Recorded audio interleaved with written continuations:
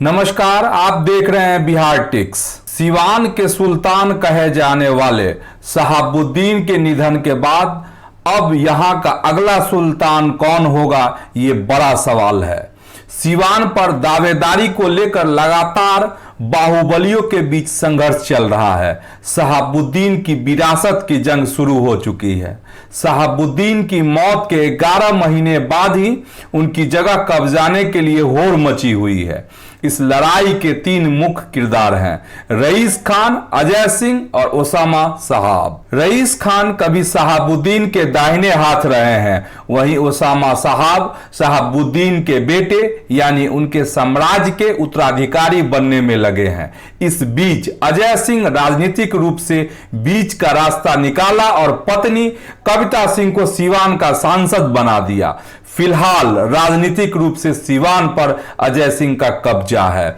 सीवान के सुल्तान बनने की होड़ सत्ता पर उस वक्त आ गई जब रईस खान ने विधान परिषद का चुनाव बतौर निर्दलीय उम्मीदवार लड़ा। रईस का दावा है कि यह हमला AK-47 से हुआ और तकरीबन 150 राउंड गोलियां चली। इस हमले में काफिले में पीछे चल रहे एक नौजवान लड़के की मौत हो गई और 4 घायल हो गए। इस पूरी घटना के बाद रईस ने सीवान के हुसैनगंज थाने में ओसामा साहब सहित कुल 8 लोगों पर FIR दर्ज कराई है। सबसे दिलचस्प बात यह है कि शहाबुद्दीन की पत्नी हिना साहब ने कहा कि उन्होंने अपने पति को खोया और अब दिल्ली में रहने वाले उनके बेटे ओसामा पर FIR की गई। इन हालातों में यदि उन्हें न्याय नहीं मिलता है तो वह सीवान छोड़ देंगी। बता दें कि हिना साहब खुद भी सीवान सीट से लोकसभा का चुनाव लड़ती हैं और हारती रही हैं। शहाबुद्दीन साल 2004 में सांसद चुने गए थे और 2009 में चुनाव आयोग ने उन्हें चुनाव लड़ने के अयोग्य घोषित कर दिया था। अब उस विरासत पर उनके पुत्र ओसामा साहब कब्जा जमाने के लिए संघर्ष कर रहे हैं। कभी शहाबुद्दीन के साथ रहे अजय सिंह भी बदले वक्त के साथ शहाबुद्दीन के विरोधियों में शामिल हो गए। दरअसल दरौली से अजय सिंह की मां जगमातो देवी चुनाव लड़ती थी। 2011 में उनके निधन के बाद दौरंदा में उपचुनाव था। इसमें अजय सिंह ने अपनी दावेदारी को पेश किया था। राजनीति में ऊंचा कद पाने की ललक में कभी साथ रहने वाले शहाबुद्दीन और अजय सिंह के बीच कालांतर में दूरियां बनती चली गई। दौरंदा में होने वाले तब के उपचुनाव को लेकर अजय सिंह ने अपनी दावेदारी पेश की थी, जिसे तब CM नीतीश कुमार द्वारा ठुकरा दिया गया था। अविवाहित रहने वाले अजय सिंह ने पितृपक्ष में ही कविता सिंह से शादी की और कविता सिंह को टिकट मिला। वह पहली बार में ही विधायक चुन ली गई। बिहार की राजनीति में 2011 से पहले अनजान रही कविता सिंह रातों रात सूबे की सियासत का चर्चित चेहरा बन गई। 2019 तक विधायक रहने के बाद सीवान की लोकसभा सीट बीजेपी के बदले जदयू के खाते में गई। जदयू ने कविता सिंह पर भरोसा जताया और कविता सिंह ने पहली बार में ही सांसद के रूप में जीत दर्ज कर अपनी पहचान को और पुख्ता कर लिया।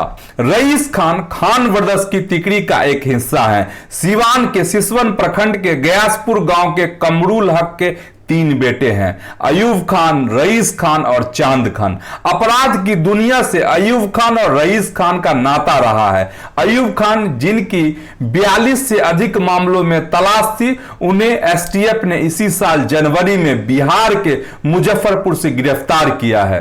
दूसरी ओर निर्दलीय उम्मीदवार के तौर पर रईस खान के हलफनामे में हत्या, अपहरण और अन्य अपराधों के 12 मामलों का जिक्र है।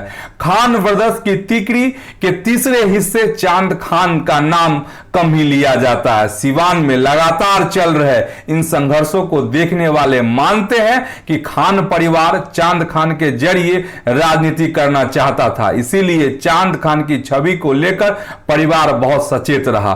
फरवरी 2005 में पिता कमरुल हक और 2015 में चांद खान रघुनाथपुर विधानसभा सीट से चुनाव भी लड़े थे। सीवान में तकरीबन 15% मुस्लिम वोट है। सबसे बड़ी लड़ाई इस वोट बैंक का वारिस वारिस बनना है। जिस सिवान की सल्तनत को शहाबुद्दीन छोड़ गए हैं उस पर सबकी निगाहें हैं। रईस खान जैसे लोग जानते हैं कि सिवान की सल्तनत हासिल करके वह सिर्फ इस जिले के ही नहीं बल्कि बिहार का मुस्लिम चेहरा बन जाएंगे। 90 के दशक में सिवान में कम्युनिस्ट पार्टी का वर्चस्व था और बड़े जमींदारों की जमीन पर कब्जा करने का तेजी से सिलसिला शुरू हुआ था।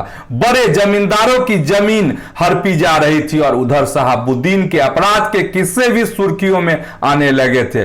शहाबुद्दीन ने वैसे जमींदारों का साथ देना शुरू किया जिसकी जमीन छीनी जा रही थी। शहाबुद्दीन ने खुलकर जमींदारों का साथ दिया। इसलिए शहाबुद्दीन का मुसलमानों के साथ साथ सभी वर्गों में बराबर का प्रतिनिधित्व था।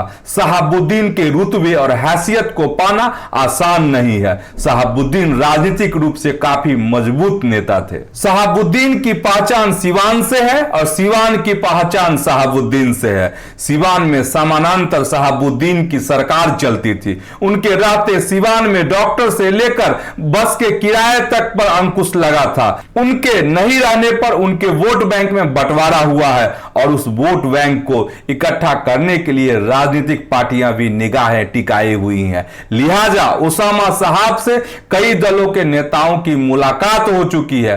फैसला उसामा को लेना है। आपको हमारी यह रिपोर्ट कैसी लगी आप हमें कमेंट कर जरूर बताएं।